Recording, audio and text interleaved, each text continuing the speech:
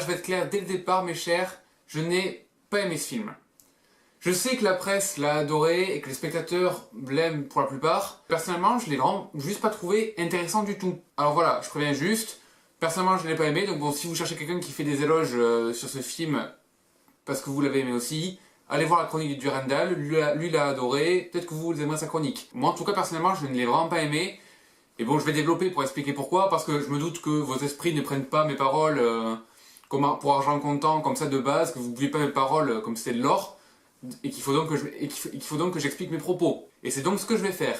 Donc, Midnight Special est l'histoire d'un père de famille qui enlève son fils, qui est au milieu d'une sorte de secte, qui voue un culte à cet enfant. S'ensuit une chasse à l'homme par le FBI, la CIA, le NSA et toute la clique, qui cherche l'enfant, pendant que son père tente d'amener le gosse à une localisation très spéciale, pour un événement dont seul l'enfant connaît le but et que donc du coup au départ on comprend pas trop ce qui se passe. Voilà pour ce qui est du scénario global, il va pas chercher plus loin on va dire. Donc j'ai trouvé ces films vraiment mauvais pour la bonne et simple raison que je trouvais que le scénario était vraiment vide, il ne se passe vraiment pas grand chose, on se fait assécher pendant la plupart du film, hormis la scène dans le motel et la scène de la station d'essence que j'ai vraiment beaucoup aimé. Je ne vois vraiment pas l'intérêt d'un film comme ça, enfin l'histoire est vraiment dénuée de sens, parce que déjà même l'élément déclencheur du scénario, à savoir qui a appelé les autorités pour dénoncer le fait qu'il y ait eu un enlèvement, était pour moi un élément crucial, une question à laquelle il fallait forcément une réponse dans le film, à un moment ou à un autre, histoire que ça soit cohérent et que l'on comprenne pourquoi la personne qui a dénoncé cet enlèvement l'a fait, et du coup ça fasse un moment de révélation et qu'on se dise ah ouais d'accord, c'est pour ça, c'est logique, c'est intelligent. Mais franchement, il me semble vraiment pas qu'on donne la réponse à ça. Au bout d'un moment, on pense un peu que c'est le chef de la secte qui l'a fait, mais après, genre, cette hypothèse-là, je trouve, elle a été assez éludée et au final, on est quasi sûr que c'est pas lui en fait. Après, peut-être que l'information a été à peine dite et que du coup, j'ai loupé genre ce petit passage-là, mais je suis quasi sûr que non. Après, il y a aussi des scènes complètement absurdes et incohérentes.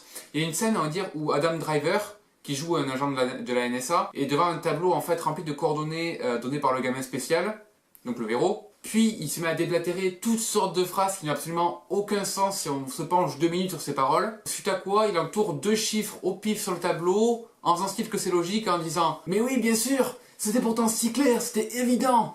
Je sais où ils veulent aller. Et en aucun cas, vous n'arriverez à me faire gober que ceci était cohérent. Je suis désolé, mais non, c'était vraiment juste débile. Et des problèmes comme ça, j'en ai trouvé plein, et c'est fâcheux. C'est fâcheux parce que d'habitude, quand je vais voir un film, je ne réfléchis pas trop à ce qui se passe. Je profite en fait juste de ce que le film a à me donner, et après coup, une fois que c'est fini et que je sors de la salle, je me repasse le film en tête pour voir ce qui était bien, ce qui était moins bon, ce qui était vraiment nul, et je fais un topo de tout ça pour me donner un avis global de ce que j'ai retiré du film, et de pourquoi j'ai retiré ça, et en quoi j'ai trouvé ça bien, et en quoi j'ai trouvé ça nul. Mais pendant une séance, normalement, je me laisse quand même emporter par le film, pour que je ne me penche pas sur les problèmes comme ça. Ici, le manque de rythme et le clair manque de scénario ont fait que, même pendant le film, je réfléchissais à ça. Il n'a pas réussi à me transporter et à me donner assez d'intérêt pour que je reste concentré plus d'1 heure et demie dessus. Mais après, je sais ce que vous allez me dire. Par exemple, un film comme Mad Max Fury Road, qui a absolument aucun scénario, c'est la même chose, tu vois. Mais le problème, c'est que non, c'est pas la même chose, parce que Mad Max Fury Road avait vraiment tout un univers inhérent à lui, qui faisait que on était vraiment... Genre, Mad Max, faut vraiment pas le voir pour le scénario, faut juste le voir pour les images et pour l'énergie qui s'en dégage et pour la puissance des scènes d'action. Ici, les scènes d'action, elles sont... Il y en a pas. Il y a quoi? Il y a une course-poursuite en voiture, je crois, à peu près. Il y a 2-3 scènes avec le gamin quand il fait des explosions. Mais à part ça, il se passe rien. Les dialogues sont absolument vides de sens et complètement cucu, mais genre, mais vraiment à un stade, mais pas possible. Qu'est-ce que je pourrais dire d'autre? Et donc du coup ça fait que, il n'y a pas d'intérêt, il n'y a aucun intérêt à le voir. Alors oui, ok, il y a certaines scènes qui sont très bien filmées. Enfin, non, en plus je dis des conneries parce que c'est même pas les scènes qui sont bien filmées, c'est juste les paysages qui sont beaux. Par exemple, il y a des scènes qui sont filmées genre soit au coucher du soleil, soit au lever du jour. Et donc du coup forcément, c'est des lumières roses, orangées, et donc c'est forcément... Quand tu montres une ville avec toutes les lueurs des loupiotes et avec au fond genre... un horizon qui est genre orangé parce que le soleil commence à se lever, forcément c'est beau, parce que même si tu vois ça de tes propres yeux, c'est beau. Et le reste, il y a vraiment rien de particulier qui fait que ça pourrait élever le film à un rang supérieur de niveau qualité. Parce que là je suis désolé, mais la presse le vend comme ça, elle le vend comme un film qui est vraiment révolutionnaire et qui change vraiment toute la perception qu'on a du cinéma. Alors que je suis désolé, mais c'est clairement pas le cas. Des trucs comme ça a été fait genre déjà 1000 fois et il n'y a absolument rien de vraiment... particulier qui fait que ça devient génial. Après, j'avais envie de parler d'un autre problème aussi qui vient vraiment du scénario du film, mais après je me dis que ça spoilerait quand même, ça spoil vraiment pas mal sur la fin, donc du coup je vais pas le dire, je vais juste dire que toute l'histoire sur les origines d'Alton et sur... donc Alton c'est le petit gamin, donc toute l'histoire sur ses origines et sur, sur la fin, ça manque clairement d'explication, donc ça arrive un peu comme ça, tu sais pas trop pourquoi, on t'explique pas en quoi c'est logique, en quoi genre... on t'explique vraiment rien sur les origines, et ça fait vraiment cheap, parce que ça fait vraiment genre... on n'avait pas d'explication, du coup, prenez nos paroles comme argent comptant, acceptez ça et ça passe, tu vois, genre dans tous les cas, c'est pas ça qui est important. À part que si, concrètement, c'est ça qui est important, je trouve, dans le film. Parce que déjà que le scénario est déjà assez vide, alors ça n'explique même pas non plus les tenants et aboutissants du scénario, il n'y a même plus aucun intérêt au film. Et donc c'est vraiment dommage parce que pendant la première demi-heure du film, l'histoire m'a vraiment intrigué. On ne savait pas trop où ça partait, ce qui se passait, et surtout pourquoi. Il y avait de très bonnes scènes, notamment toute la partie avec la Chevrolet que j'ai trouvé vraiment très bien et genre avec pas mal de tension et c'était assez palpitant et donc du coup j'avais vraiment envie de savoir ce qui se passait et pourquoi. Et donc le début du film nous prend vraiment bien. Le problème c'est qu'un film avec beaucoup de mystère au départ, c'est qui tout double. C'est soit après ça va en crescendo et ça devient de plus en plus intéressant, soit c'est vraiment un soufflet qui retombe et au moment où on te donne quelques explications, tu dis ouais ok d'accord et maintenant il se passe quoi et après finalement il se passe plus rien et du coup tu te fais juste chier pendant le reste du film quoi.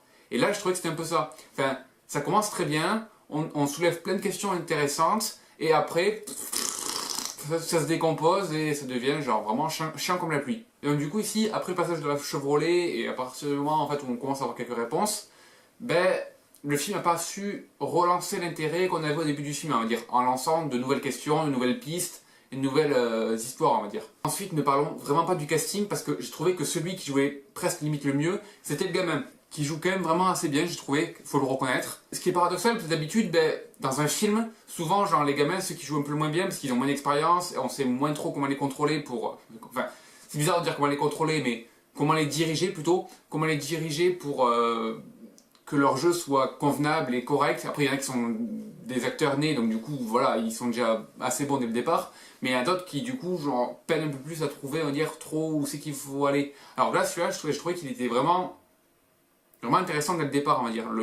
L'acteur est vraiment convaincant dès le départ et reste convaincant jusqu'au bout. Mais à côté de ça, par contre, les autres acteurs, ils ont carrément juste une expression qu'ils gardent pendant tout le film, tellement qu'on dirait presque que ce sont des caricatures des personnages de vice-versa, tellement leur personnalité ne change absolument pas. Ils n'ont aucune profondeur et, comme le reste du film, aucun intérêt. Parce qu'on ne plonge pas assez dans leur psychologie pour dégager un intérêt et un attachement au personnage. Là, il n'y a aucune empathie. Il y a un peu d'empathie pour le père par rapport au fait qu'il est clairement traqué par tout le monde alors qu'il essaie juste de sauver son fils, des griffes de la secte, donc du coup, pour que le fils puisse accomplir son destin. Mais à part ça, il n'y a vraiment personne à qui se rattacher. Du coup, on rate ça en tant que spectateur et pas en tant que partie inhérente de l'action, on va dire. Michael Shannon, qui joue le père, joue la carte du dépressif désespéré pendant tout le temps. Joel Edgerton est le flic impassible qui, au fond, a quand même un grand cœur, genre si on creuse un peu sur sa carapace. Kirsten Dunst, je pense que c'est son pire rôle et elle joue juste le rôle de la mère éplorée et c'est absolument rien d'autre. Et enfin, il y a Adam Driver, Kylo Ren pour les intimes, qui a juste la tête de la victime du collège. Parce que franchement, ce mec-là a vraiment aucun charisme, aucune prestance. Et il fait vraiment genre le petit gars timide, comme un renfrogné qui se faisait tabasser au collège quoi. C'était d'autant plus fâcheux dans Star Wars, parce que dans Star Wars, un rôle de méchant, un mec qui fait complètement genre renfrogné et timide et vraiment pas charismatique, c'est quand même un peu dommage. Ensuite, parlant de la réalisation, tout ce qu'il y a de plus conventionnel, j'ai trouvé rien de bien extravagant. Après, j'ai dit qu'à part les scènes de paysage au lever et au coucher du soleil, il n'y a vraiment pas grand chose d'intéressant. J'ai pas trouvé que c'était original plus que ça. Et puis, comme c'est de la science-fiction, on va foutre des lens flares à tout bout de champ parce que ça fait plus joli et plus swag, t'as vu? Sauf que moi, je trouve que non, les lens flares à outrance, c'est juste dégueulasse parce qu'on ne voit vraiment plus rien.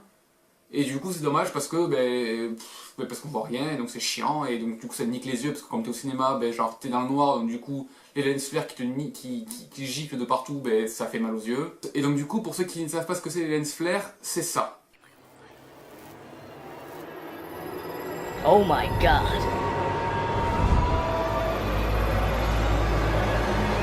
Turn off the lights. Et c'est surtout entre autres la grande spécialité de J.J. Abrams. Et enfin, pour terminer, j'aimerais vraiment revenir sur l'affiche du film, l'affiche française, je veux dire. sur laquelle il y a des phrases tirées de critiques cinéma parce que ça fait plus classe et donc ça fait ouais vous avez vu notre film est quand même reconnu par la presse, il est quand même bien, venez le voir. Et donc que nous dit-on ici? Alors pour commencer, Cinématiseur nous dit on tient enfin l'héritier de Spielberg.